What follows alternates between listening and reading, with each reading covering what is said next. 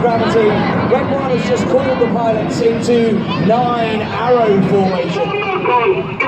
I'm sure you've guessed what it is, ladies and gentlemen. Red 6 and 7 at 7,000 feet have their red smoke on as they draw a huge heart in the skies above Rhyl. Keep looking to the top right of the heart. Here comes Red 8.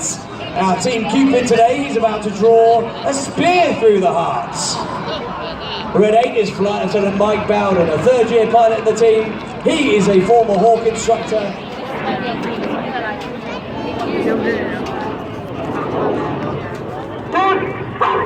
One rolling, says Red 1. He has his red smoke on. He is pitching up to draw the mathematical symbol for infinity now, for the infinity break. I'll be sad if you don't.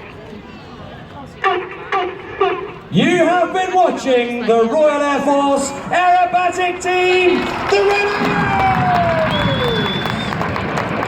Here we go, in from the left. Let's hear it one more time for the Rhyl!